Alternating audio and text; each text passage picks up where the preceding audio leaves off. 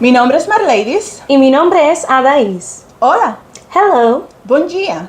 안녕하세요. Shalom. Bienvenidos.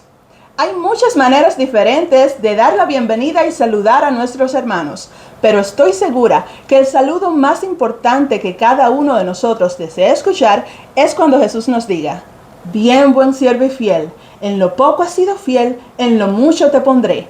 Entra en el gozo de tu Señor. Por eso estamos aquí reunidos, para aprender con la Biblia cómo ser siervos fieles. Y hoy la presentación será por parte de nuestro hermano Eugenio Alejo del Clamor de Medianoche. Dios les bendiga.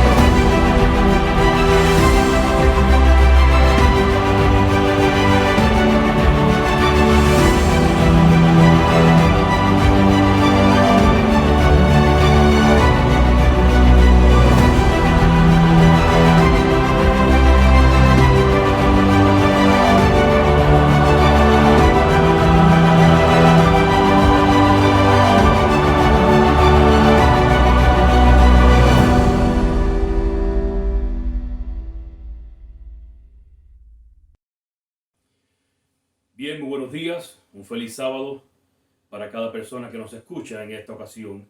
Estamos contentos una vez más de poder compartir la palabra de Dios y lo estamos haciendo en un día, en un momento especial, diríamos. Estamos en plena campaña, casi nos queda un fin de semana más y nos hemos gozado con los invitados que hemos tenido y también con los hermanos que han participado en el chat. Ha sido hermoso y maravilloso. Las experiencias y los comentarios que se han hecho, y nos da a entender y hemos podido comprender la cantidad de gente que está entendiendo este asunto, este mensaje. Bien, hoy es un día especial, como bien digo, no solamente porque estamos en campaña, sino porque traigo a coalición, traigo frente a ustedes, voy a presentar un tema que todos conocen, pero no todos han aceptado. Un tema que es bien polémico, y ustedes lo conocen porque lo hemos venido tocando durante la campaña, acerca de la tercera persona de la divinidad, acerca de la Trinidad católica, acerca de la no Trinidad, para algunos, como dicen los no trinitarios y los trinitarios. Y hoy no pienso explicar nada. Hoy no he venido frente a ustedes para enseñarles nada. Cuando el joven rico se le acercó a Cristo y le preguntó: Maestro bueno, ¿qué bien haré para merecer la vida eterna o para tener la vida eterna? Después que Cristo le llama la atención diciendo: ¿por qué me llamas bueno? Ahora él le contesta la pregunta. Y en la respuesta que Cristo le da, no le hace una pregunta, pero no le pregunta: ¿cómo has entendido las Escrituras? No le pregunta: ¿cómo te enseñaron cuando eras niño? No le pregunta: ¿cómo enseñan en la sinagoga los escribas y los fariseos? La respuesta fue una pregunta, pero ¿saben cuál fue la pregunta? ¿Ya se acuerdan? La pregunta fue: ¿cómo lees?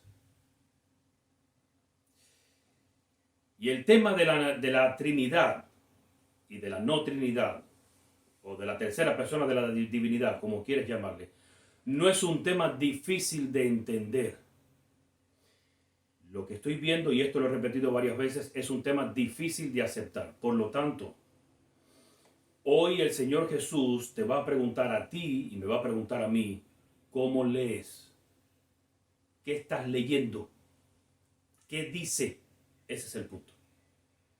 Por lo tanto, hoy, una vez que inicie mi oración, voy a empezar a leer. Todos nosotros vamos a leer mucho. Y al final del estudio o de la exposición que voy a hacer, cada uno de ustedes tendrá la oportunidad en su conciencia de elegir y de decidir lo que va a hacer. Ruego a Dios que elijamos bien. Vamos a orar. ¿Estamos listos? Vamos a orar. Padre que estás en los cielos, gracias te damos porque en esta mañana todavía tenemos el privilegio de contar con tu presencia.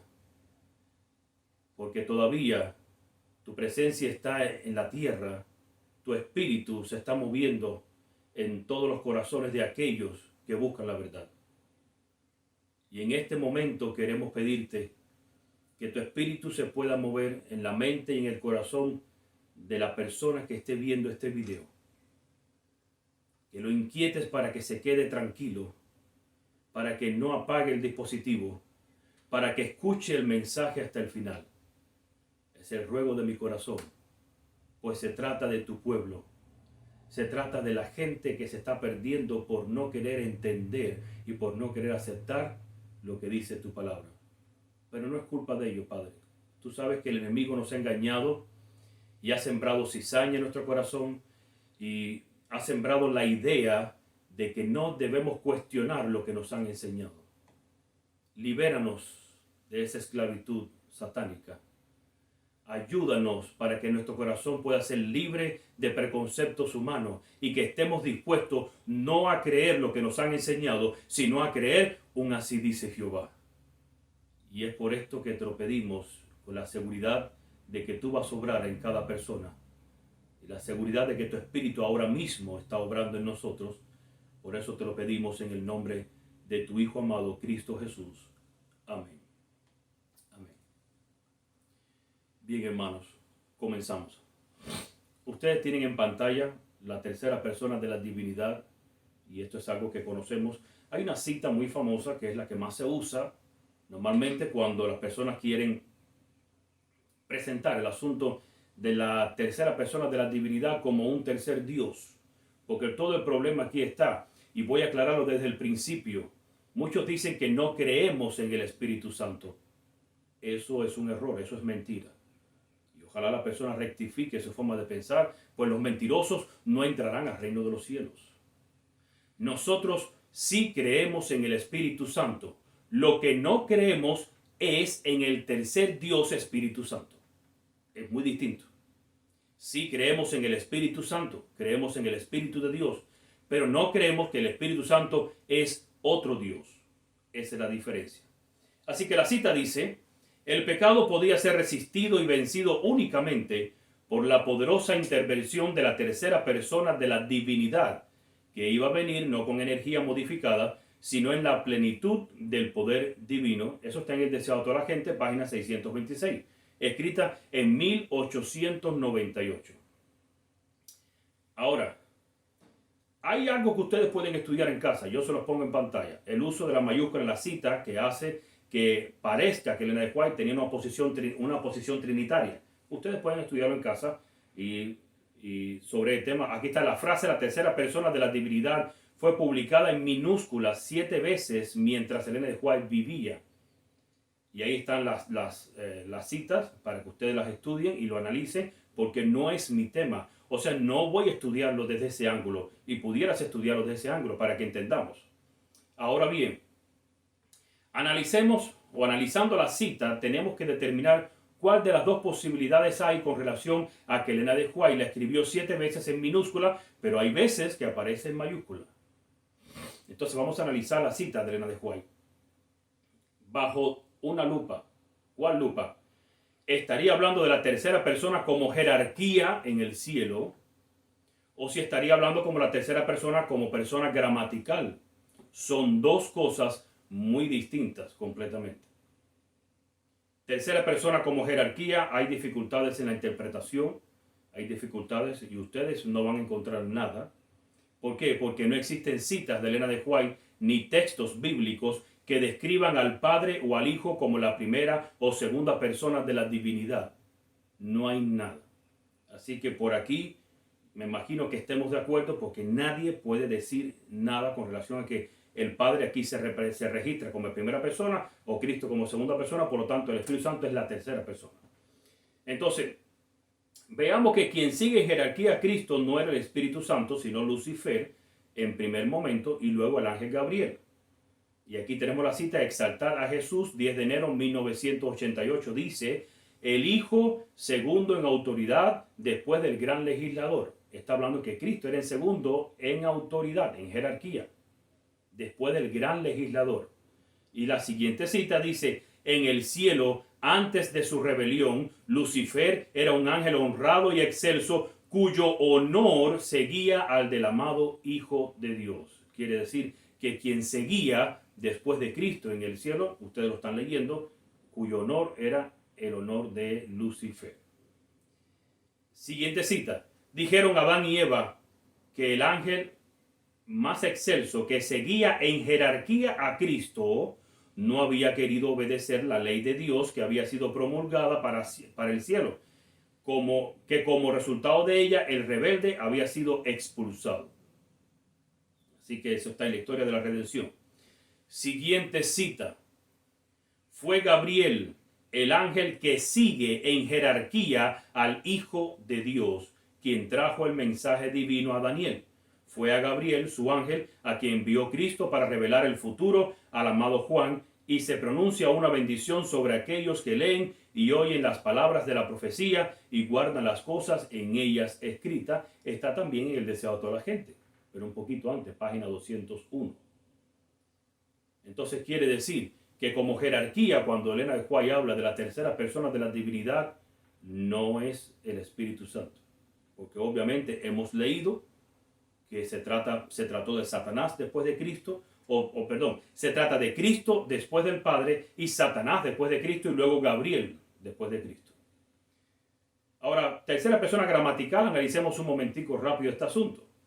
Indica el papel que realiza el hablante, el oyente u otro interviniente respecto a lo que se expresa en el predicado. En el español existen tres personas que tienen formas específicas para el singular y para el plural, y que son representados por pronombres personales yo, tú, él. Del singular, persona, el hablante realiza la acción solitariamente. Yo estudio, yo juego, yo descanso. Segunda persona, el oyente realiza la acción solitariamente. Tú estudias, tú juegas, tú descansas cuando hablas, cuando estás señalando a la otra persona. Y ahora, tercera persona, la acción es realizada por más personas distintas del hablante o el oyente. Ella estudia, él juega, ella descansa. Así que en tercera persona hay dos posibilidades: hablar de otra persona diferente al hablante o el oyente, y hablar de sí mismo como si fuese otra persona. Persona gramatical o tercera persona, Cristo hablando en tercera persona hace referencia a sí mismo como el Hijo del Hombre, como Hijo de Dios. Por eso Cristo le preguntó a sus discípulos: ¿quién dice la gente que es el Hijo del Hombre? ¿Y quién es el Hijo del Hombre? Está mencionando como si estuviera hablando de una tercera persona. No estaba mencionando como si fuera alguno de los discípulos, porque si no lo hubiera presentado como segunda persona. Estaba hablando de sí mismo, pero sin embargo lo estaba presentando como una tercera persona. Y sus discípulos utilizaron el mismo recurso lingüístico, como es el caso de Juan, capítulo 19, versículo 26, ustedes lo pueden chequear, capítulo 22, 21, 7, y Pablo en 2 Corintios 12, del 1 al 6, estudien esos versículos. Cristo hace referencia al Consolador como otro. Y Juan en el capítulo 14, versículos 16 y 17 dice que Cristo les está explicando y enviaré del Padre el otro Consolador. Ustedes buscan el texto.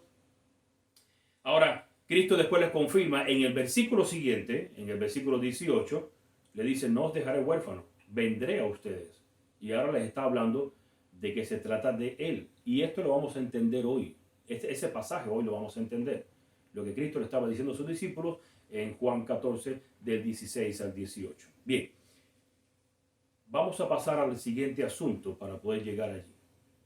Para poder tener un entendimiento si Dios se trata de un ser o se trata de tres seres o tres cabezas, o es un solo Dios que se refleja en tres, porque eso es lo que se cree, o son tres que se reflejan en uno. Bien, ¿de cuántos seres divinos habla la Biblia?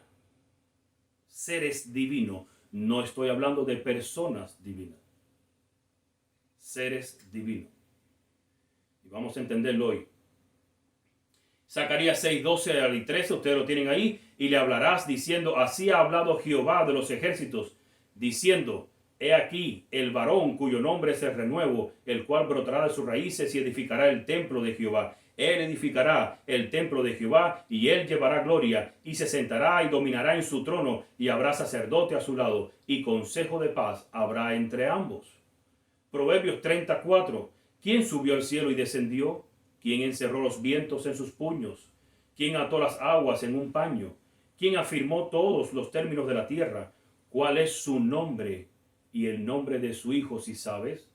Aquí está hablando de dos personas. ¿Cuál es su nombre y el nombre de su hijo? Tenemos que averiguar cuál es su nombre. Y seguimos leyendo Juan capítulo 1, versículos 1 y 2. Un texto conocido dice, en el principio era el verbo y el verbo era con Dios y el verbo era Dios. Él era en el principio con Dios. Mateo 11, 27. Todas las cosas me fueron entregadas por mi Padre y nadie conoce al Hijo sino el Padre, ni al Padre conoce alguno sino el Hijo y a aquel a quien el Hijo lo quiere revelar. Así que obviamente de los versículos que vienen hablando anteriormente en la Biblia, vienen hablando de dos seres, el Padre y el Hijo. Juan 17:3.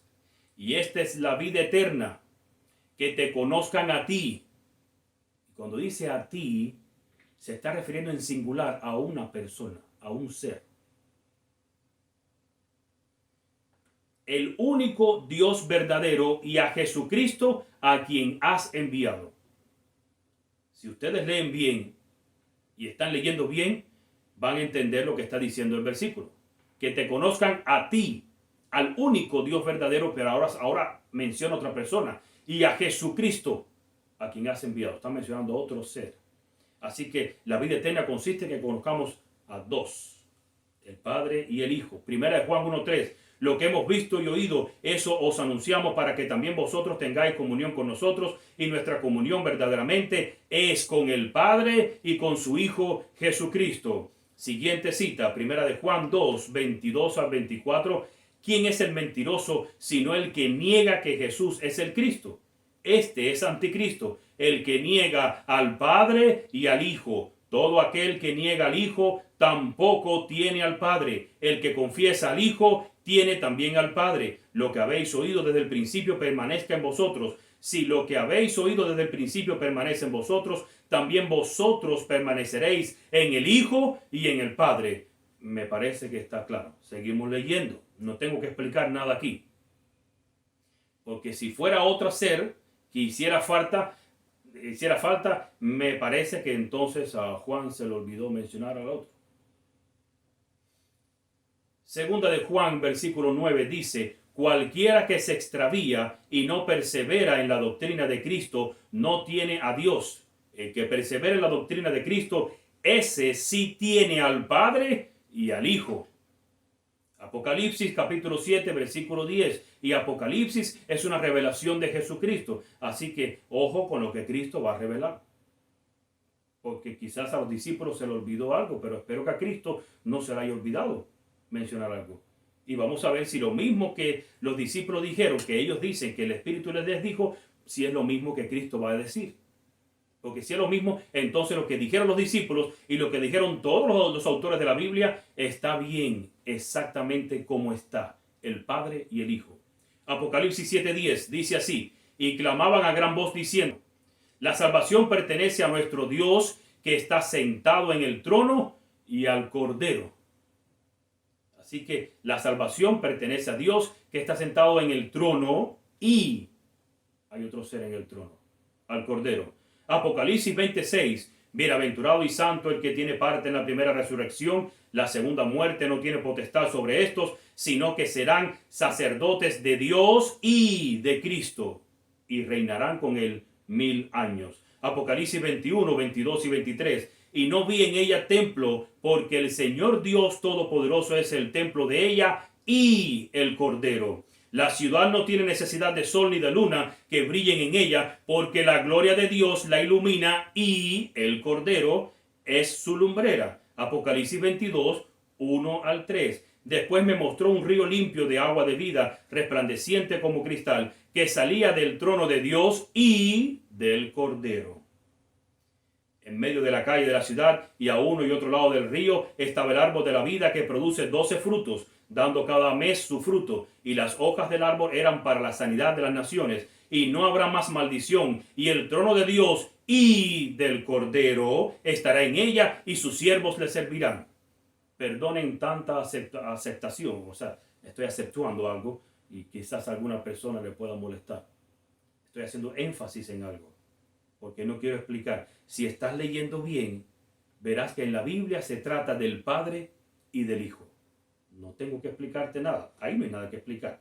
Ahora bien, hay dos seres, el Padre y el Hijo, que a veces se le dice el Padre, a veces se le llama Dios, al Hijo se le llama el Hijo, a veces se le llama el Cordero.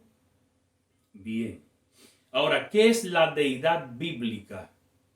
Porque ya vimos que son los dos seres o divinidad, o qué es divinidad de la Biblia. La divinidad se trata de dos seres como tal. Y yo sé lo que muchos están pensando, tranquilos, que vamos a llegar a la tercera persona de la divinidad. Ya lo sé, pero avancemos poco a poco. Se trata de que la Biblia no menciona a tres seres divinos, menciona a dos nada más. Y vamos a entenderlo. Avancemos con calma. ¿Qué es la deidad bíblica? ¿Qué significa esto? ¿Qué cosa es Dios en la Biblia? La deidad es Dios. Bueno, ¿qué cosa es Dios? ¿O quién es Dios? ¿O cuántos son Dios? Porque si entendemos esta primera parte, luego ustedes mismos a medida que leen van a entender la segunda. Así que, ¿qué es la deidad bíblica? Efesios 4, del 4 al 6, y Pablo está enumerando las cosas de abajo hacia arriba. Dice versículo 4, un cuerpo y un espíritu, como sois también llamados en una misma esperanza de vuestro llamamiento. Así que habla del cuerpo, que somos nosotros, y de un espíritu. Hasta ahora está ahí. Ahora viene versículo 5, viene otro peldaño más arriba. Un Señor, una fe, un bautismo. Así que un Señor es una fe y un bautismo. Y te voy a enseñar, y usted me dirá, no, pero es que Pablo lo está mencionando, pero está en el mismo orden. No, porque el cuerpo de Cristo es su iglesia y somos nosotros, y nosotros no estamos en el mismo orden de Dios ni de su Hijo. Por lo tanto, versículo 4, de nuevo, un cuerpo y un espíritu. Versículo 5, un Señor, una fe, un bautismo. Quiere decir, y ahora el versículo 6 dice, un Dios y Padre de todos, el cual es sobre todo y por todo y en todos vosotros. Así que ese Dios Padre, ese Dios que es Padre también, está por encima de todo y de todos. Por eso Pablo menciona de abajo hacia arriba. Segunda de Pedro, capítulo 3, versículos del 15 al 16, o 15 y 16, dice, y tened entendido que la paciencia de nuestro Señor es para salvación. ¿Ese Señor quién será? Como también nuestro amado hermano Pablo, según la sabiduría que le ha sido dada, os ha escrito casi en todas sus epístolas, hablando en ellas de estas cosas, entre las cuales hay algunas cosas difíciles de entender, las cuales los indoctos e inconstantes tuercen, como también las otras escrituras, para su propia perdición. Pedro está reconociendo que hay cosas de Pablo que son difíciles de entender y que los indoctos, ¿quiénes son los indoctos? No son los que no tienen títulos académicos, son los que no escudriñan. Pero vamos a entender quién es cuando habla de Señor y habla de Dios. Primera de Corintios 8, versículos 2 y 6. Y si alguno se imagina que sabe algo, ¿quién es? ¿No es Pablo? Sí. Aún no sabe nada como debe saberlo. Eso le está explicando Pablo a los Corintios. Y ahora le sigue diciendo, para nosotros, sin embargo, solo hay un Dios, el Padre, del cual proceden todas las cosas, y nosotros somos para él, y un Señor Jesucristo. Así que hay un solo Dios, el Padre, y un Señor Jesucristo, por medio del cual son todas las cosas, y nosotros por medio de él. Así que Dios, que es el Padre, dice que de él proceden todas las cosas, y nosotros somos para él. Y un Señor Jesucristo, por medio del cual son todas las cosas, y nosotros por medio de él. Así que 1 Corintios ahora 15, 27 y 28 dice: porque todas las cosas las sujetó debajo de sus pies. Y cuando dice que todas las cosas han sido sujetadas a él, claramente se exceptúa a aquel que sujetó a él todas las cosas. Pero luego que todas las cosas le estén sujetas, entonces también el Hijo, ahora está especificando de quién es, aunque si usted lee el contexto del capítulo va a entender que cuando habla de quien sujetó las cosas fue el Padre al Hijo. Y ahora está diciendo, versículo 28, también el Hijo mismo se sujetará al que le sujetó a él todas las cosas, para que Dios sea todo en todos. Primera de Pedro 1:3. Bendito el Dios y Padre de nuestro Señor Jesucristo, el Dios y Padre de nuestro Señor Jesucristo, que según su grande misericordia nos hizo renacer para una esperanza viva por la resurrección de Jesucristo de los muertos. El Dios y Padre de nuestro Señor Jesucristo. Eso me llama la atención, como que el Padre es el Dios de Cristo, aparte de ser su Padre. Apocalipsis capítulo 3, versículo 12, dice así: al que venciere, yo le haré columna en el templo de mi Dios. Ese no es Juan el que está escribiendo, ese es Cristo. Y sigue diciendo: y nunca más saldrá de allí, y escribiré sobre él el nombre de mi Dios, y el nombre de la ciudad de mi Dios, y la nueva Jerusalén, la cual desciende del cielo de mi Dios, y mi nombre nuevo.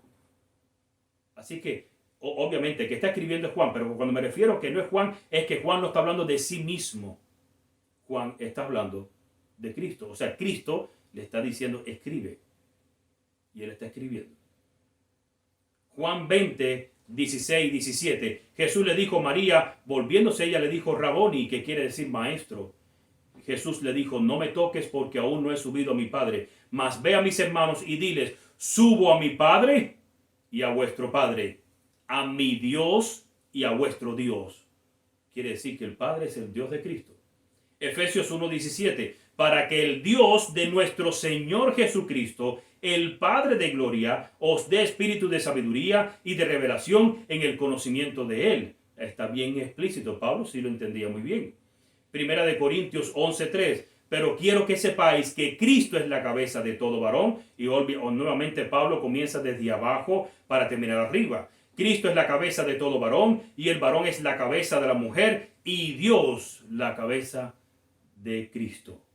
Hebreos 1, del 2 al 6, ustedes lo conocen, en estos postreros días nos ha hablado por el Hijo, a quien constituyó heredero de todo, y por quien asimismo hizo el universo. O sea, el Padre hizo el universo por Cristo, ¿no? A través de Cristo, el cual siendo el resplandor de su gloria y la imagen misma de su sustancia, y quien sustenta todas las cosas con la palabra de su poder. Obviamente Cristo tiene todo el poder que tiene el Padre, sí. Tiene toda la sustancia que tiene el Padre, sí. Posee toda la gloria que tiene el Padre, sí. Pero ¿desde cuándo? Seguimos leyendo. Habiendo efectuado la purificación de nuestros pecados, por medio de sí mismo se sentó a la diestra de la majestad de las alturas, hecho tanto superior a los ángeles cuanto heredó más excelente nombre que ellos. Lo tiene desde que lo heredó. El Padre se lo dio. Porque a cuál de los ángeles dijo Dios jamás, mi hijo eres tú, yo te he engendrado hoy, y otra vez yo seré a él padre y él me será mi hijo. Y otra vez cuando introduce al primogénito en el mundo, dice, adórenle todos los ángeles de Dios. ¿Quién manda la adoración a Cristo? El Padre. ¿Y Cristo heredó todo el Padre? Sí. Por lo tanto tiene todo, sí, pero lo tiene por herencia. Juan 1:18.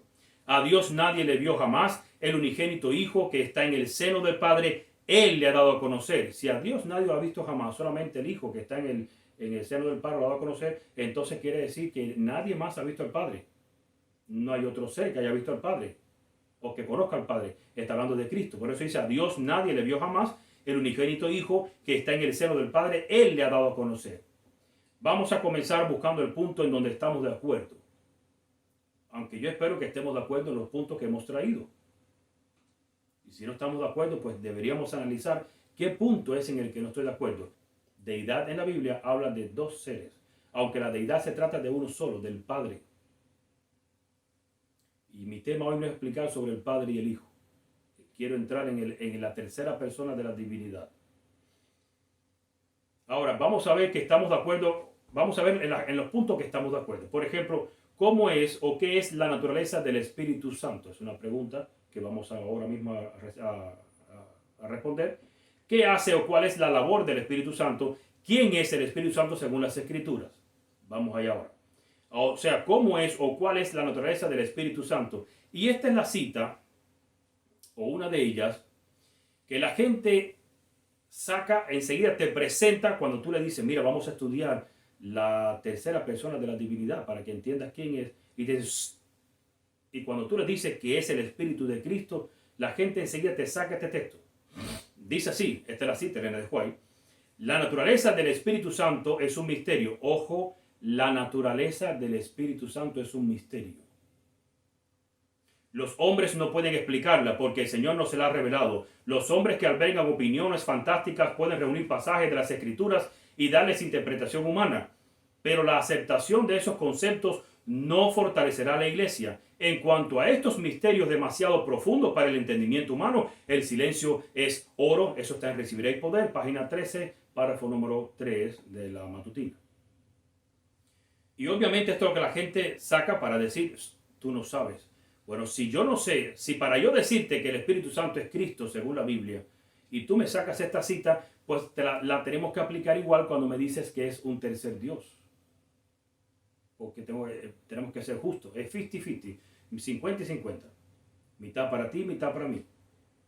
No podemos ser. O sea, si le vas a aplicar a eso de la naturaleza el que yo diga o el que la Biblia diga que es Cristo o es el Espíritu de Cristo, entonces tenemos que aplicarlo cuando me dices es un tercer Dios en el cielo. Ahora, ¿qué significa la cita? O sea, la naturaleza del Espíritu Santo es un misterio. Significa que no se puede decir que es un soplo. Porque Cristo dice en Juan, y sopló el Espíritu Santo. Ahora, ¿podemos decir que es un soplo el Espíritu Santo?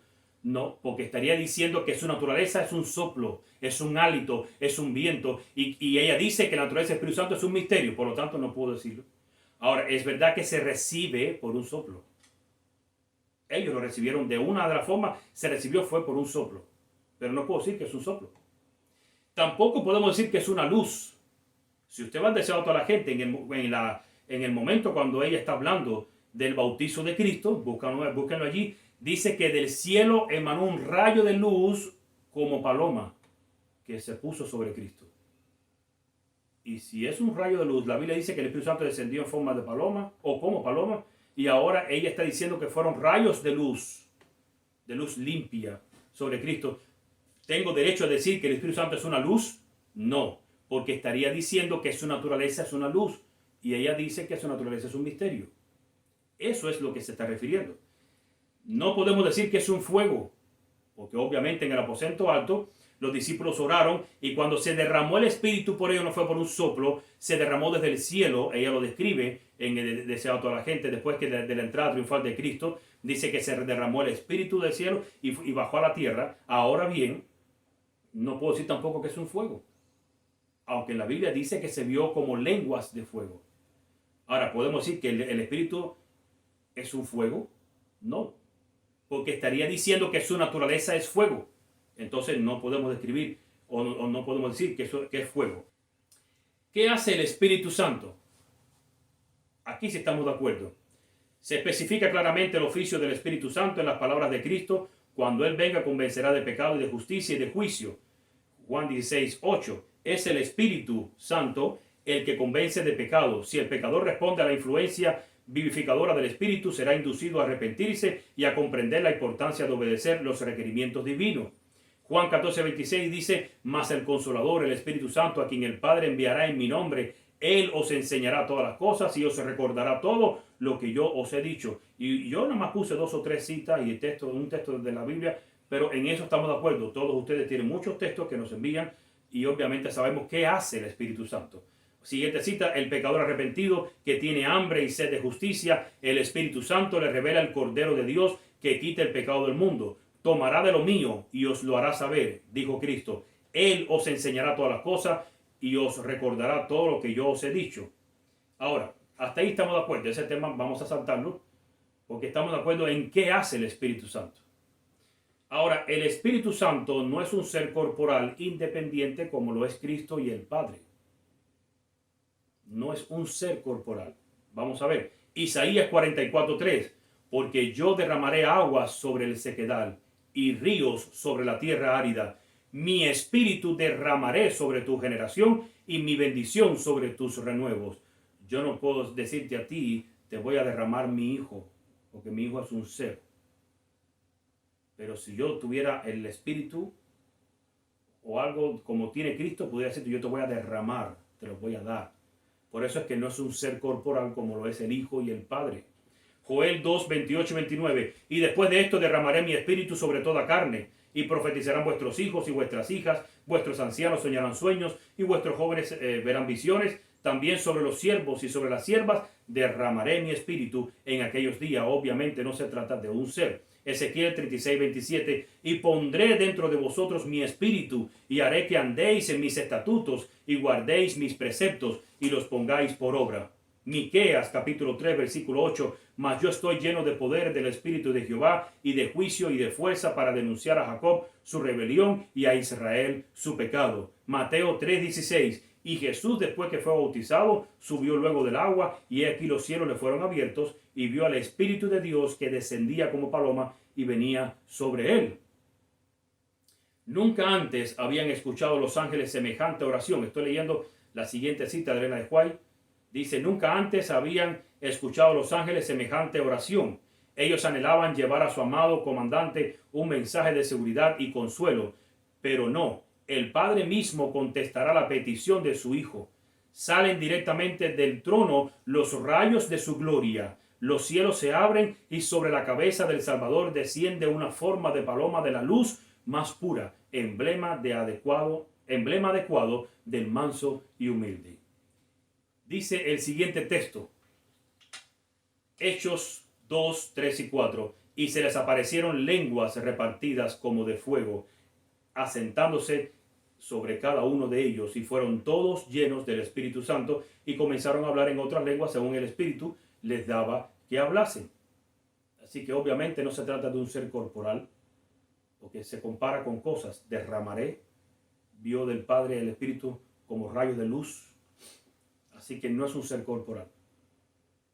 El Espíritu Santo no tiene voluntad independiente.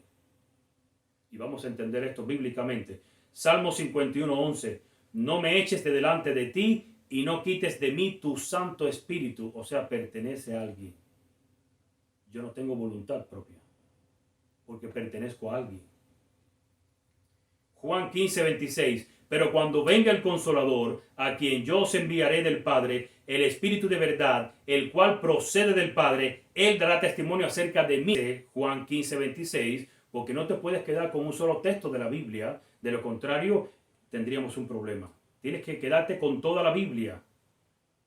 Y el Espíritu decide, pero decide todo lo que tiene que ver con Dios. A quién Dios quería llegar, a quién Dios quería tocar. Y por eso es que en Juan 15, 26 dice, pero cuando venga el Consolador a quien yo os enviaré del Padre, el Espíritu de verdad, el cual procede del Padre, Él dará testimonio acerca de mí. El Espíritu no va a hablar de otra cosa. No va a hablar por su cuenta. Todo es acerca de mí.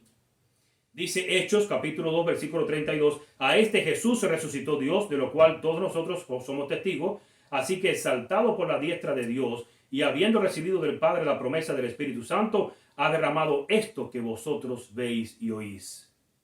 ¿Quién lo derramó? El Padre. Juan 20, 22. Y habiendo dicho esto, sopló y les dijo, recibid el Espíritu Santo. ¿Quién hizo eso? Cristo. Ahora, ¿cómo trabaja el Espíritu Santo en nosotros? Me imagino que en esto también estamos de acuerdo. ¿Cómo es que trabaja? O si no lo estamos, vamos a ver. Dice la cita, por medio de las Escrituras, el Espíritu Santo habla a la mente y graba la verdad en el corazón.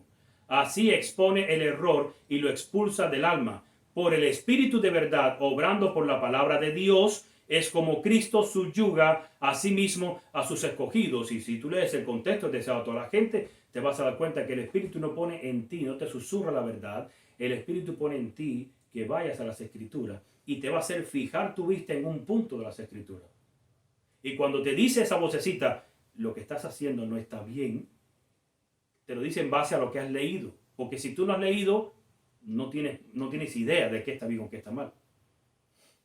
Siguiente cita. Mediante el ministerio de los ángeles, el Espíritu Santo puede obrar en la mente y el corazón del ser humano y atraerlo a Cristo. Obviamente el Espíritu Santo obra a través de las Escrituras. Dice que habla la mente a través de las Escrituras y graba la verdad en el corazón. Y ahora dice mediante el ministerio de los ángeles, también los ángeles están involucrados en este asunto. Sí, el Espíritu Santo puede obrar en la mente y el corazón del ser humano y atraerlo a Cristo. Así que, siguiente pregunta, ¿para qué necesitamos el Espíritu Santo en nuestras vidas? Y por eso es importante el Espíritu Santo en nuestras vidas. Por eso es que sí creemos en el Espíritu Santo. Ay de aquel que no cree en el Espíritu Santo. Pero también hay de aquel que cree en el Espíritu Santo de la forma que la Biblia no lo revela. Éxodo 33, 18. Él entonces dijo, este fue Moisés, te ruego que me muestres tu gloria. Y hemos hablado sobre la gloria. Moisés no le interesó exactamente el rostro de Cristo. Y no es que no le interesó. Es que Moisés estaba interesado en algo que en un futuro Cristo iba a derramar. Porque él sí entendió muchas cosas y no es mi tema hoy. Por eso le dice, te ruego que me muestres tu gloria. ¿Y esa gloria cuál es? Dice Juan 17:5, ahora pues, Padre, glorifícame tú al lado tuyo con aquella gloria que tuve contigo antes que el mundo fuese. Obviamente, Moisés estaba pidiendo algo que sí existía, la gloria de Dios. Y que Cristo está reconociendo que Él la tuvo. Y la tuvo desde el principio. Dice, antes que el mundo fuese. Y ahora, versículos del 20 al 24 del mismo capítulo, leo, mas no ruego solamente por estos, sino también por los que han de creer en mí, por la palabra de ellos, para que todos sean uno, como tú, oh Padre, en mí y yo en ti, que también ellos sean uno en nosotros. Y vamos a ver cómo es que Cristo es uno con el Padre. Porque siempre decimos que Cristo y Dios son uno, pero uno, ¿cómo es que son uno? Porque dice que de la misma forma que Él y el Padre son uno, nosotros seremos uno con ellos. Vamos a ver, y sigue leyendo. Para que el mundo crea que tú me enviaste. 22. Y ahora explica Cristo. La gloria que me diste, versículo 5, yo les he dado para que sean uno, así como nosotros somos uno. Yo en ellos y tú en mí, para que sean perfectos en unidad, para que el mundo conozca que tú me enviaste y que los has amado a ellos como también a mí me has amado.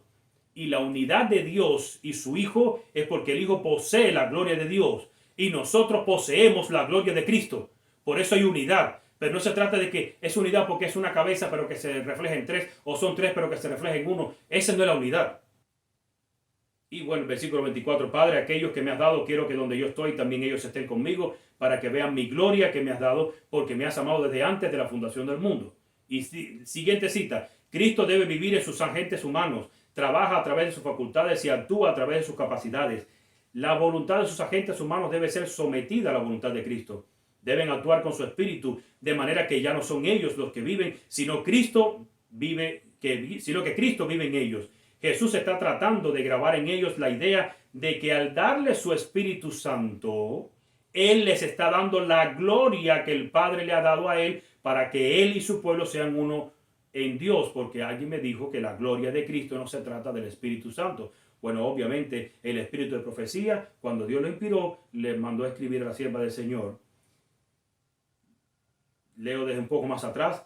Jesús está tratando de grabar en ellos la idea de que al darle su Espíritu Santo, Él les está dando la gloria que el Padre le ha dado a Él para que Él y su pueblo sean uno. Así que de la gloria que está hablando en Juan 17 es del Espíritu de Dios. Eso es lo que posee Cristo, la gloria. Siguiente cita, el Espíritu Santo que procede del unigénito Hijo de Dios une al ser humano cuerpo, alma y espíritu con la perfecta naturaleza de Cristo divino humana. Y ojo con eso, naturaleza divina y humana. Siguiente cita, el Espíritu Santo es el aliento de la vida espiritual, el impartimiento del Espíritu es el impartimiento de la vida de Cristo. Comunica al que lo recibe los atributos de Cristo. Y en otro tema quizás profundizaremos qué son los atributos de Cristo. Ahora, ¿A quién pertenece el Espíritu Santo? Y ya me imagino que en esto estamos de acuerdo, porque obviamente toda la Biblia se la pasa diciendo el Espíritu de Dios y el Espíritu de Cristo. Tanto siempre es el Espíritu de Cristo o el Espíritu de Dios.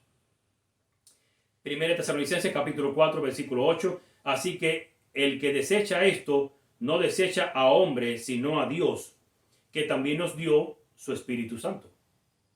Así que Dios nos dio su Espíritu Santo. Filipenses 1:19, porque sé que por vuestra oración y la suministración del Espíritu de Cristo, esto resultará en mi liberación, el Espíritu de Cristo. Romanos 8:9, mas vosotros no vivís según la carne, sino según el Espíritu, si es que el Espíritu de Dios mora en vosotros, y si alguno no tiene el Espíritu de Cristo, no es de él. Gálatas 4:6, y por cuanto sois hijos de Dios, envió a vuestros corazones el Espíritu de su Hijo, el cual clama, Abba Padre. Salmo 139:7, ¿a dónde me iré de tu Espíritu y a dónde huiré de tu presencia? Obviamente el Espíritu Santo pertenece al Padre y al Hijo. ¿Quién es el Espíritu Santo o el otro consolador que sería enviado? Juan 14:16, y yo rogaré al Padre y os dará otro consolador para que esté con vosotros para siempre, el Espíritu de verdad, el cual el mundo no puede recibir porque no le ve ni le conoce, pero vosotros le conocéis porque mora con vosotros y estará en vosotros. Y si usted lee bien ese versículo, vuélvalo a leer después con calma, dice que el mundo no puede recibir porque no le ve ni le conoce, pero vosotros le conocéis porque mora con vosotros. Si no estaba ahí el Espíritu Santo, porque estaba Cristo con ellos y todavía no había venido el Espíritu Santo, él dijo que iba a rogar al Padre para que enviara otro consolador. ¿Cómo es que Cristo está diciendo, pero vosotros sí lo conocéis porque mora con vosotros y estará en vosotros? Dice que estará y que mora. Mora Cristo y estará Cristo. Tienes que leer bien ese texto. Siguiente cita, no hay ningún consolador como Cristo. Así que estaría hablando Cristo en tercera persona, o en tercera persona de sí mismo, como lo habló cuando le preguntó a sus discípulos, ¿quién dice la gente que es el Hijo del Hombre? Dice ella, no hay ningún consolador como Cristo, tan tierno y tan verdadero. Él se compadece de nuestras debilidades, su espíritu habla al corazón. ¿Quién? Su espíritu habla al corazón. Siguiente texto, el espíritu es el que da vida, la carne para nada aprovecha. Las palabras que yo os he hablado son espíritu y son vida. Y hay una cita ahí que explica, las palabras que yo os he hablado son espíritu y son vida. Cristo no se refiere acá a su doctrina, sino a su persona, a la divinidad de su carácter. Segunda de Corintios 3:17, porque el Señor es el Espíritu, y donde está el Espíritu del Señor, allí hay libertad. ¿Y quién es el Señor en la Biblia? Cristo Jesús. Cuando vieron la deidad, me imagino que lo entendieron. Se trata de Dios, que es el Padre, y Cristo, que es el Señor. Fue constituido el Señor, porque el Padre es la cabeza. Así que si el Señor es el Espíritu, lo está diciendo Pablo a los Corintios, y donde está el Espíritu del Señor, allí hay libertad. Entonces, obviamente, el Espíritu Santo, ¿quién es? Queremos el Espíritu Santo, el cual es Jesucristo. Estas son citas de Ellen G. White que la gente no cita. La gente no le interesa presentar esta cita. Todo el mundo busca el trío celestial y otras cosas, pero estas no. Y estamos actuando, perdónenme que yo intervenga y les diga esto, estamos actuando como las demás religiones, que para yo justificar un credo mío, agarro un texto que me convenga, uno o dos textos de la Biblia que me convenga. No agarro el contexto de ese texto, ni agarro el resto de los textos bíblicos. Con este nada más es suficiente para yo declarar lo que quiero declarar. Pero si el resto de la Biblia me está explicando ese texto que yo agarré, que yo quiero usar, entonces tengo que tomar toda la Biblia. Siguiente cita. Él viene a nosotros hoy por medio de su Espíritu Santo. Reconozcámoslo ahora. Entonces lo vamos a reconocer cuando Él venga sobre las nubes del cielo con gran poder y gloria. Si no reconoces quién es el Espíritu Santo, si no reconoces que es Cristo, que es la parte divina de Cristo, el Espíritu Santo, cuando Él venga no lo vas a reconocer. ¿A quién? A Cristo. Siguiente cita. El Espíritu Santo es el representante de Cristo, pero despojado de la personalidad humana e independiente de ella. O sea, es la otra parte que es la que representa a Cristo. Pero no es el otro Dios. Ahí no dice otro Dios. Y sigo leyendo. Estorbado por la humanidad, Cristo no podía estar en todo lugar personalmente. Por lo tanto, convenía a sus discípulos que fuese al Padre y enviase el Espíritu como su sucesor. Obviamente te estoy preguntando, ¿ustedes creen que Cristo no era omnipresente como el Padre? Sí, pero era omnipresente por el Espíritu. Como vamos a ver el texto de la Biblia donde dice de Ellen White que el Padre se hace omnipresente a través de su Espíritu. Por lo tanto, lo que él dejó fue su omnipresencia y obviamente vino como humano. Una naturaleza humana divina. Cuidado con eso, no es mi tema. Vino como humano, pero ahora como humano no puede estar en todas partes porque la parte, el atuendo, el don o lo que Dios le dio para que fuera omnipresente, lo dejó.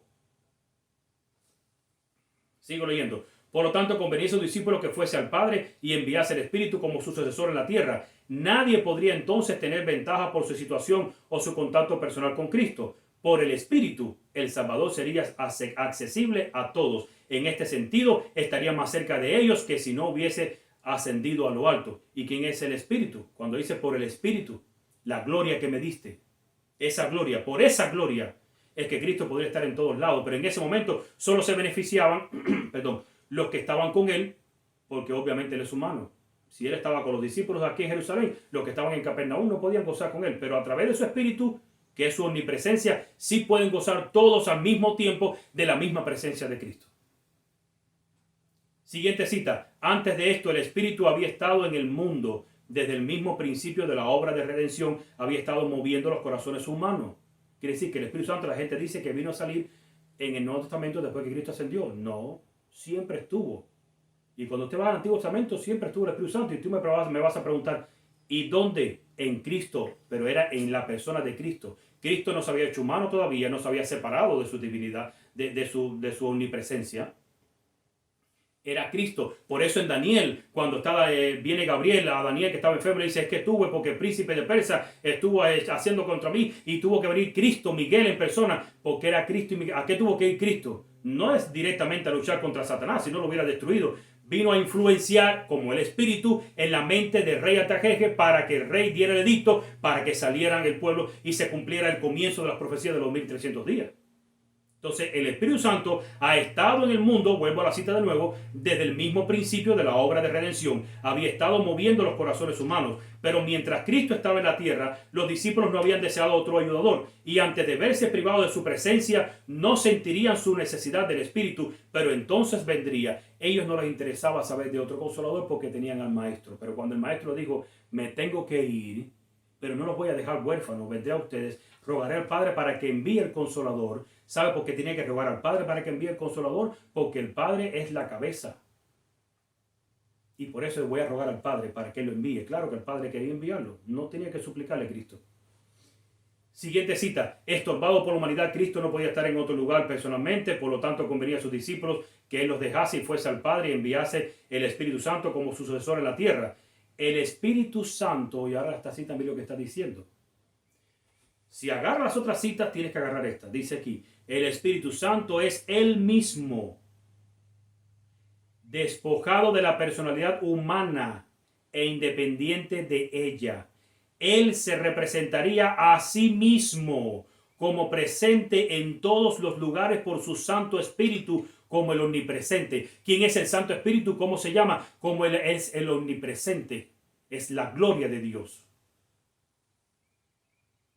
Siguiente cita. Cristo nos dice que el Espíritu Santo es el Consolador y el Consolador es el Espíritu Santo, el Espíritu de verdad, que el Padre enviará en mi nombre. Esto se refiere a la omnipresencia del Espíritu de Cristo llamado el Consolador. Ahora, lo que pasa es que cuando presentamos esto en nuestras mentes, pensamos y decimos, si me estás hablando, entonces el Espíritu Santo no. ¿Por qué dice Elena White que es una persona de la divinidad? Es una persona, pero no es un ser. Tiene una personalidad. Son tres obrando en ti. El Padre obrando en ti. El Hijo, la parte humana, está obrando en ti, obrando por ti en el santuario, pero su parte divina está obrando en ti. Y lo hace a través inclusive de su palabra y lo hace a través del ministerio de los ángeles. Una cosa no echa por tierra a otra. Ella nos está diciendo que no es una persona, que el Espíritu Santo es la omnipresencia de Cristo que se llama el Consolador. Y tampoco en la otra cita está diciendo el Espíritu Santo no es la omnipresencia de Cristo, es una persona. Está explicando desde varios ángulos qué es el Espíritu Santo. Y tienes que aceptar ambas citas y entenderlas. Lo que ella explica desde un punto de vista y lo que explica desde otro ángulo. Si solamente te quedas con una, estás en un error. Si agarras un texto bíblico, estás en un error.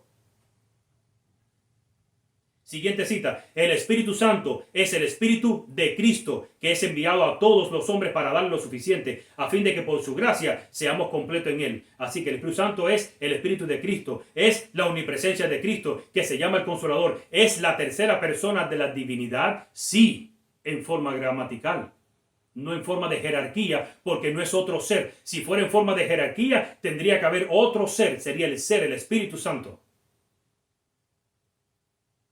Y que si existiera otro ser, el Espíritu Santo, si el Hijo está sometido al Padre, igual cuando hablamos de un solo Dios, estaríamos hablando del Padre, porque ese Espíritu Santo tendría que estar sometido debajo de Cristo y debajo del Padre. Si existiera en forma de un ser. Ojo, no quiero que nadie esté diciendo que estoy diciendo que el Espíritu Santo es otro ser. Si existiera, porque no existe en la Biblia ni en el Espíritu de Profecía, tres cabezas, tres seres coeternales, esa palabra no existe en la Biblia, que están dirigiendo al mismo tiempo y que los tres conforman uno.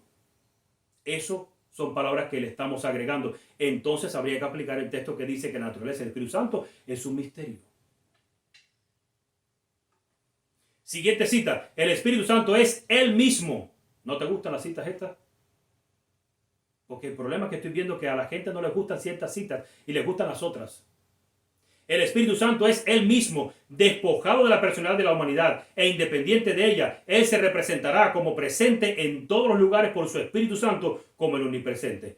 Siguiente cita. Por el estudio de la Biblia y la comunión diaria con Jesús, obtendremos nociones claras y bien definidas de la responsabilidad individual y fuerza para subsistir en el día de fuego y tentación. Aquel cuya vida está unida con Cristo por vínculos ocultos será guardado por el poder de Dios mediante la fe que salva.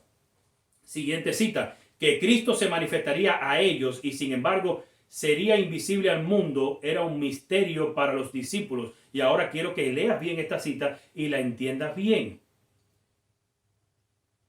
Fíjese, porque la cita anterior, voy a leer el detalle, dice: aquel cuya vida está unida con Cristo por vínculos ocultos será guardado por el poder de Dios mediante la fe que salva. Y vamos a entender por vínculos ocultos, aquel cuya vida está unida por vínculos ocultos. La siguiente cita explica que Cristo se manifestaría a ellos y sin embargo sería invisible al mundo. Era un misterio para los discípulos.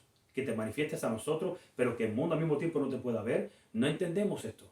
Porque si te manifiestas a nosotros, si te muestras a nosotros, si te revelas a nosotros, obviamente te tiene que ver todo el que te rodea. Pero ellos no podían entender. Y sigue diciendo, no podían entender las palabras de Cristo en su sentido espiritual. Estaban pensando en la manifestación exterior y visible. No podían aceptar el hecho de que podían tener la presencia de Cristo con ellos y sin embargo Él no podía ser visto por el mundo. No entendieron el significado de una manifestación espiritual. Por eso dice, y los que la adoran en espíritu, la adoran en verdad. Ahora entendemos que los únicos seres que deben ser exaltados son el Padre y el Hijo. Dice esta siguiente cita, me dice si te gusta o no. Solo el Padre y el Hijo deben ser exaltados. Instructor para jóvenes, julio 7 del año 1898. Si te gustan las demás citas, tiene que gustarte esta también. Y entre aquellas que te gustan y las que no te gustan, cuando tú las unes, ahora tienes un concepto, tienes una idea completamente y cabal de qué es de lo que se trata el Espíritu Santo. ¿Quién es el Espíritu Santo? ¿Qué hace el Espíritu Santo? ¿Por qué necesitamos el Espíritu Santo? ¿Por qué Cristo tenía que dejarlo? Porque si Cristo hubiera subido al cielo y se hubiera revestido de su gloria de nuevo, ahora estaría Él frente al Padre en el lugar santísimo, sí, obrando por nosotros, sí. Pero ¿y quién obra en nuestro corazón aquí? ¿Quién me imputa la naturaleza de Cristo en mi corazón? ¿Quién me siembra eso? ¿Quién está conmigo trabajando? Los ángeles no trabajan solos. La palabra de Dios sola no puede hacer nada si no está el Espíritu de Dios dentro de ti. Vas a leer como un libro, y vas a captar lo que quieres, lo que no quieres lo vas a desechar. El Espíritu es quien hace que leas y captes y no deseches nada. Por eso es que Cristo no se vistió de su gloria, siguió siendo humano para poder estar con el Padre y ahora su omnipresencia iba a estar con sus hijos.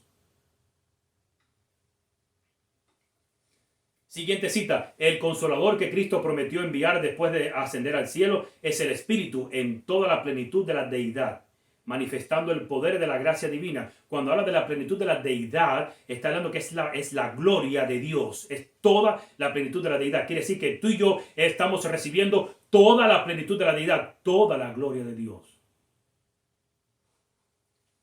Sigue diciendo,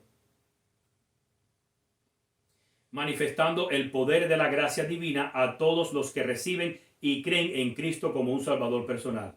Hay tres personas vivas del trío celestial en el nombre de estos tres grandes poderes, el Padre y el Hijo y el Espíritu Santo. Aquellos que reciben a Cristo por fe viva son bautizados y estos poderes cooperarán con los obedientes súbditos del cielo en sus esfuerzos por vivir la nueva vida en Cristo. Hay tres personas vivas del trío celestial, sí, porque el Espíritu de Dios está vivo. Porque su naturaleza es un misterio. Lo que sí sé es qué es lo que hace y quién es o qué es. Yo no puedo saber su naturaleza, pero puedo saber que el Espíritu Santo es el Espíritu de Cristo, es la omnipresencia de Cristo, que solamente se trata en la Biblia del Padre y el Hijo. Eso sí puedo saberlo. Lo dice la Biblia, el Espíritu de Profecía. No tengo que tener temor ninguno para leer eso. Siguiente cita. Antes de irse, Cristo le dio a sus discípulos una buena promesa de que después de su ascensión, Él les enviaría el Espíritu Santo. Por tanto, id, Él dijo, y hacer discípulos a todas las naciones, bautizándolos en el nombre del Padre, y ahora especifica a Elena de White, un Dios personal. Eso lo puso ella en corchete, no lo hice yo. En paréntesis. Un Dios personal. Quiere decir que se trata de un ser, una persona. Y del Hijo, un Salvador personal. Ese un no es que son tres en uno. Es uno.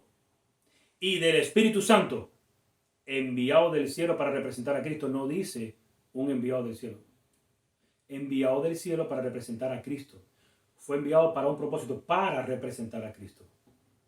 La gloria de Dios fue enviada del cielo para representar a su Hijo.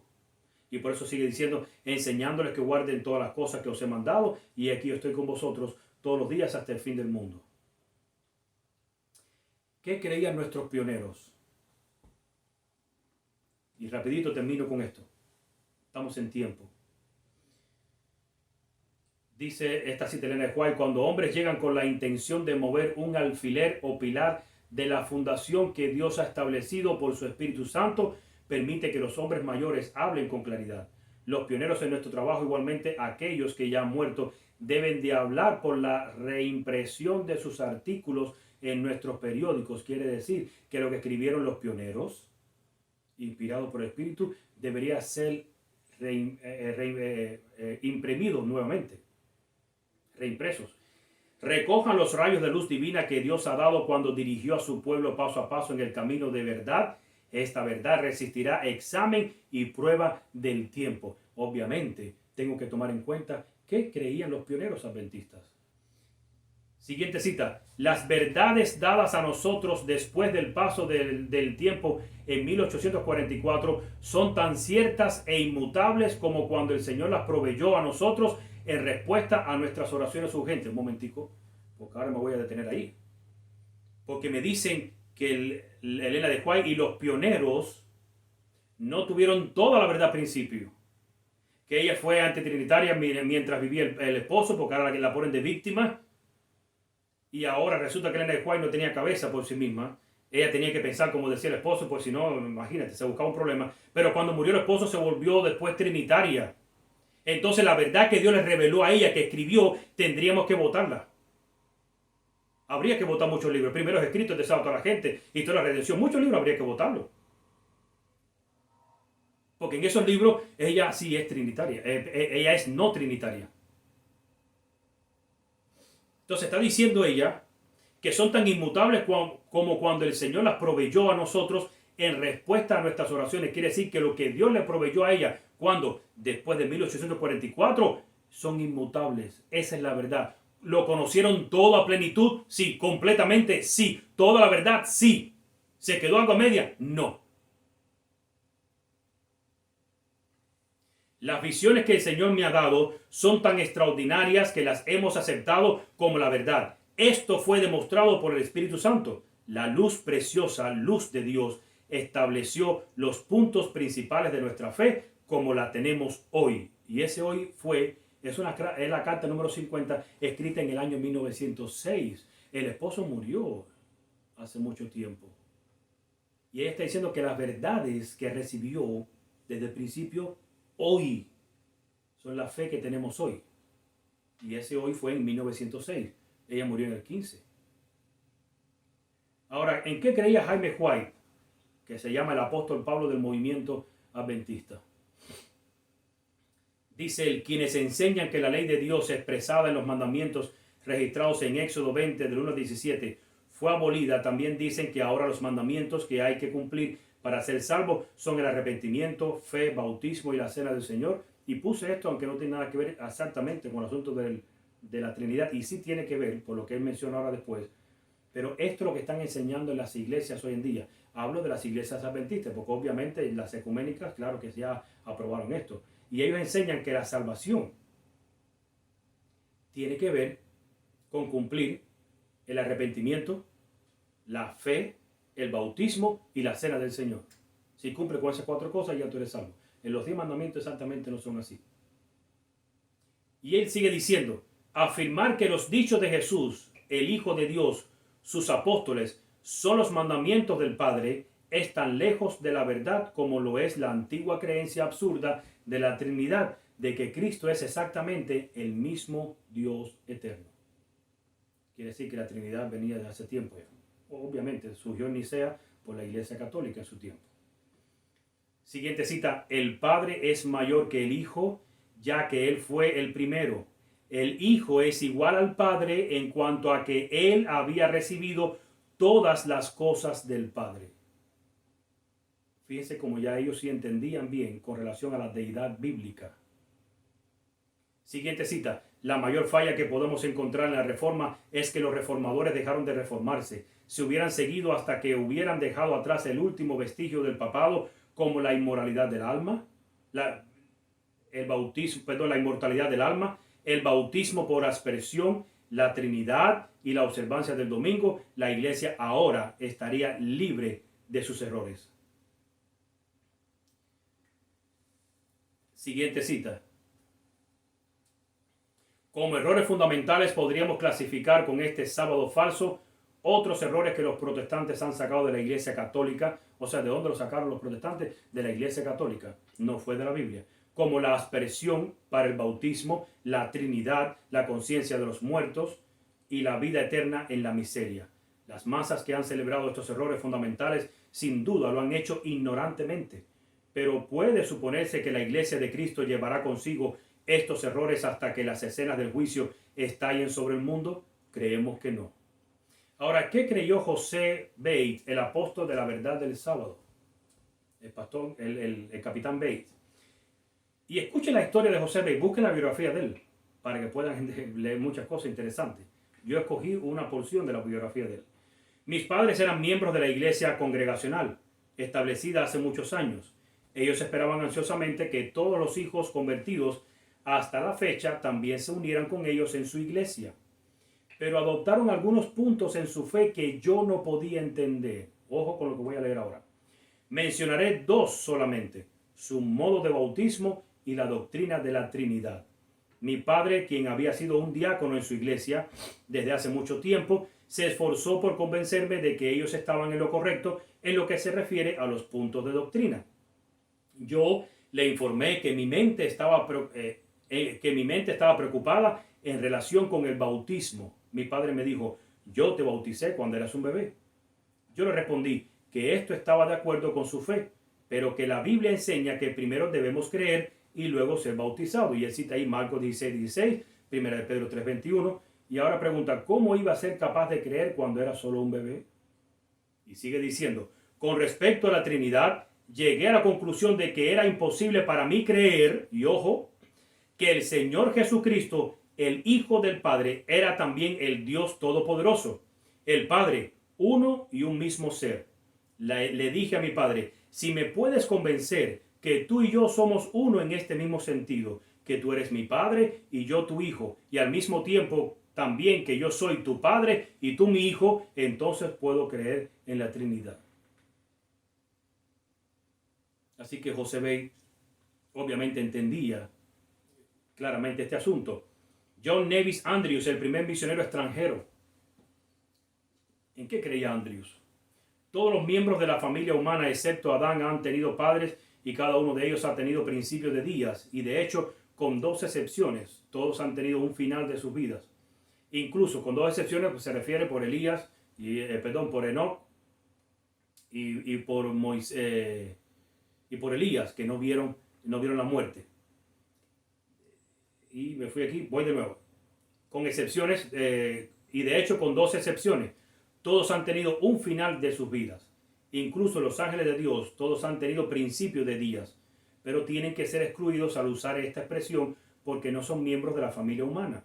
Y en referencia al Hijo de Dios, él sería excluido también porque tenía a Dios como su Padre y en algún momento en la eternidad pasada tuvo principios de días. Ojo que obviamente Cristo no tuvo final, pero tuvo principios de días en algún momento. Eso es lo que creía Andrews. Y sigue diciendo, la doctrina de la Trinidad que fue establecida en la iglesia por el concilio de Nicea en el año 325 antes de Cristo, destruye la personalidad de Dios y su Hijo Jesucristo nuestro Señor. Así que está reconociendo la personalidad de Dios, el Padre, el único Dios, y de su Hijo Jesucristo como nuestro Señor. Las medidas infames utilizadas para imponer esta doctrina, y hablaremos de esas medidas, en la iglesia aparecen en las páginas de la historia eclesiástica, pero debería hacer ruborizar a cada creyente en esta doctrina. Y vamos a ver al final de qué está hablando. John Norton Lomborough, el primer historiador de la iglesia. ¿En qué creía este pionero? El hermano W.W. Giles de Toledo, Ohio, envió la siguiente pregunta al pastor James White para que el hermano Lomborough se las explicara. Le dijo al pastor James, pasa esta pregunta al Lomborough y quiero que me explique lo siguiente. Vamos a ver la pregunta. Pregunta es, ¿qué sería, para que él le explicara? Pregunta, ¿qué serias objeciones existen a la doctrina de la Trinidad? Este hombre le está preguntando al Lomborough cuáles son las objeciones más serias o cuán serias son las objeciones que existen en contra de la doctrina de la Trinidad. Y ahora contesta Lomborough. No está de acuerdo con el sentido común hablar de que tres sean uno y que uno sean tres. O como algunos lo expresan, llamando a Dios el Dios trino o el tres en uno Dios. Si el Padre, el Hijo y el Espíritu Santo son cada uno Dios, estos serían tres dioses, ya que tres multiplicado por uno no es uno, sino tres. Hay una manera por la cual ellos son uno, pero no uno en persona, como lo afirman los trinitarios. Esa es la manera por la cual son uno, pero no en el asunto de que son uno en una persona. Es contrario a las Escrituras. Podemos abrir casi cualquier porción del Nuevo Testamento que tiene la ocasión de hablar del Padre y del Hijo, y en cada una ellos son representados como dos personas distintas. El capítulo 17 del apóstol Juan es prueba suficiente para refutar la doctrina de la Trinidad.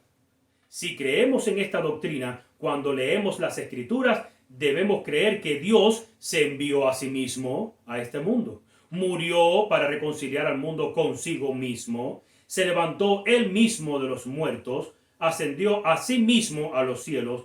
Implora delante de él mismo en el cielo para reconciliar al mundo consigo mismo. Y es el único mediador entre el hombre y él mismo. Debemos creer también que en el jardín de Getsemaní Dios oró a sí mismo que si fuera posible la copa pase de sí mismo y mil otras cosas más absurdas como esta. Quiere decir, cuando él dijo, Padre, pasa de mí esta copa, era él mismo pidiéndose a él mismo. Eso es lo que está explicando Lomborough. Ustedes logran leerlo bien, vuelvan a leerlo por si acaso yo lo estoy leyendo mal. Uriah Smith, con este término, el perenne editor de la revista Review and Herald. En ninguna parte de las Escrituras se habla de Cristo como un ser creado. Eso es verdad. Y qué bueno, porque los trinitarios nos acusan que nosotros decimos que Cristo es un ser creado. Y en ningún momento lo hemos dicho, porque en las Escrituras no está. Y sigue diciendo él, pero por el contrario claramente se afirma que fue engendrado del Padre. Y engendrado no es creado, perdóname, pero no es creado. Ver el comentario de Apocalipsis 3:14 donde se muestra que Cristo no es un ser creado. Dice, sigue diciendo, pero aunque es el Hijo, no posee una coeternidad de existencia pasada con el Padre. El principio de su existencia como el unigénito del Padre precede toda la obra de la creación, en lo que se refiere a que se encontraba junto con Dios el Padre en el trabajo de la creación. Cristo mismo afirmó, porque como el Padre tiene vida en sí mismo, así también ha dado, no dijo yo también tengo, dice, ha dado al Hijo el tener vida en sí mismo. Juan 5:26. El Padre lo ha exaltado y le dio un nombre que es sobre todo nombre. Filipenses 2:9. Y el Padre mismo dijo, adórenle todos los ángeles de Dios. Hebreos 1:6. Estos testimonios muestran que Cristo es ahora objeto de adoración igualmente con el Padre, pero no prueban que con Él tiene una eternidad de existencia pasada. Lo que Cristo tiene porque el Padre se lo dio en algún momento. ¿Cuándo? Después que lo engendró. Tienen que leer Hebreos capítulo 1. Ahora bien, y termino con esta cita que la estoy usando para que vean lo que explicaba el pionero adventista cuando decía que sobre esta doctrina que la iglesia está imponiendo a la gente deberían ruborizarse. A este respecto, permítame decir, caballeros, que el Distrito de Columbia tiene exactamente el mismo tipo de ley dominical que la de Ohio. Esta ley del Distrito de Columbia estaba en vigor cuando se publicó este libro, que fue el 1 de abril de 1868 y fue promulgada de nuevamente en 1874. Ahora cito de la ley Trinity, de la ley Trinidad. Esta ley existía en el tiempo de los pioneros. La quisieron poner en vigor. Dice, por la primera ofensa será perforado en la lengua y multado con 20 libras. Y por la segunda ofensa, siendo el ofensor condenado, como se ha dicho, será estigmatizado, quemándose en la frente con la letra B y multado con 40 libras. Y por la tercera ofensa, siendo el ofensor condenado, como antedicho, sufrirá la muerte sin el beneficio del clero. La sección 10 de la misma ley dice lo siguiente: ninguna persona deberá realizar ningún trabajo corporal en el día del Señor, comúnmente llamado domingo. Argumentos sobre el proyecto de ley dominical de Breckenridge. Eso ahí ustedes pueden ponerlo en Google y pueden encontrar este asunto. En el tiempo de los pioneros ya existía esta ley. No he visto a Roma que imponga a la gente el que tiene que guardar el sábado, o si no te cortamos la cabeza. Pero si la Trinidad fuera una doctrina correcta, qué casualidad que a Roma sí le interesa obligar a la gente a que obedezca a la Trinidad, a que reconozca la Trinidad, a que predique de la Trinidad. Qué casualidad. De las otras verdades bíblicas no le interesa, pero de la Trinidad sí. ¿No te llama eso la atención? ¿No te preocupa eso? Debería preocuparte, porque esta ley todavía está vigente, no la han derogado. Está en el Congreso. Si investigas un poco, la vas a encontrar en el Congreso. Casi en conjunto con las leyes azules. ¿Será que en algún tiempo del futuro la van a imponer? Yo no sé. Pero obviamente de Babilonia, de Roma, no sale nada bueno. Por lo tanto, la doctrina trinitaria, si salió de Roma, que salió de Roma, no es nada bueno, ni está de acuerdo con las Escrituras. La oposición es la suerte que les toca a todos aquellos a quienes emplea Dios para que prediquen verdades aplicables especialmente a su época. Había una verdad presente o de actualidad en los días de Lutero, una verdad que en aquel tiempo revestía especial importancia, y así hay ahora una verdad de actualidad para la Iglesia en nuestros días. Cuando la religión de Cristo sea más despreciada, cuando su ley sea más menoscabada, entonces deberá ser más ardiente nuestro celo y nuestro valor, y firmeza más inquebrantables. El permanecer de pie en defensa de la verdad y la justicia cuando la mayoría nos abandone, el pelear las batallas del Señor cuando los campeones sean pocos, esta será nuestra prueba. en este tiempo debemos obtener calor de la frialdad de los demás, valor de su cobardía y lealtad de su traición.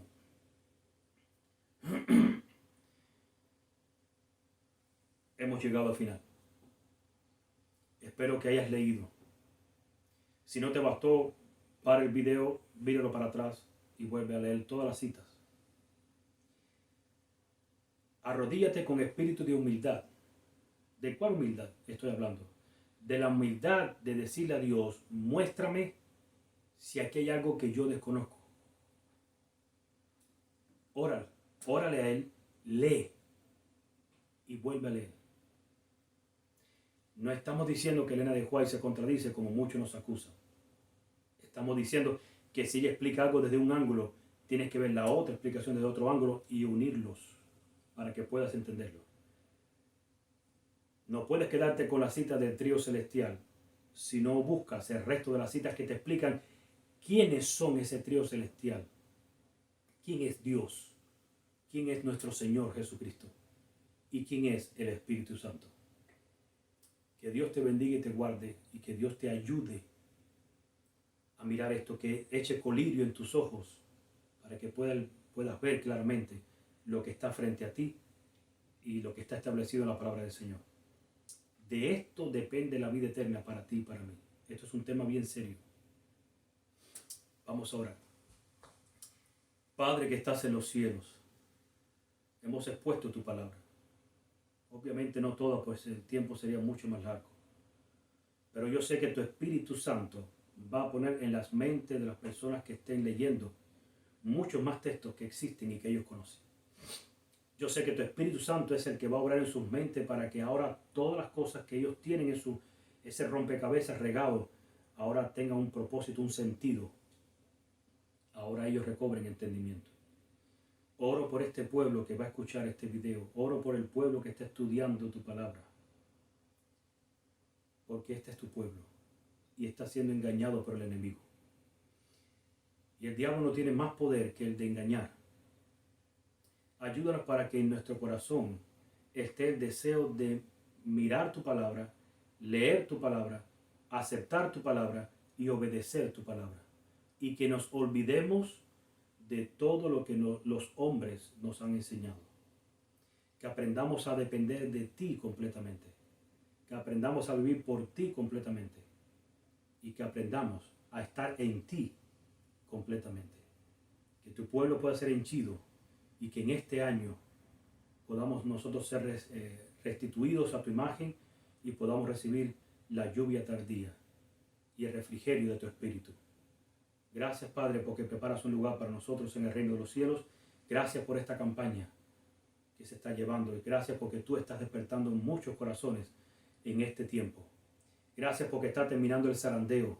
Gracias porque pronto viene el recibimiento del Espíritu Santo, porque pronto viene el fuerte pregón que saldremos a pregonar con mucho ímpetu y con fuerza y con gozo en nuestros corazones por poseer esta verdad. ¿Cuál verdad? La verdad de tu palabra, que siempre ha estado inmutable, pero que nosotros por mucho tiempo no la habíamos visto. Gracias por tus revelaciones y gracias, Padre, por el perdón de nuestros pecados, nuestra falta. Te pedimos que obres en nosotros una vez más y lo hacemos en el nombre de tu Hijo amado, Cristo Jesús. Amén. Bendiciones. Feliz sábado. Esperamos que el tema de hoy haya sido bendición y que nuestra oración sea: Señor, en mi corazón he guardado los dichos para no pecar contra ti. Así que les invitamos a que se unan a nosotros nuevamente esta tarde a las 3 p.m. hora del este junto a nuestro hermano Abián Pérez del Clamor de Medianoche. ¡Maranata!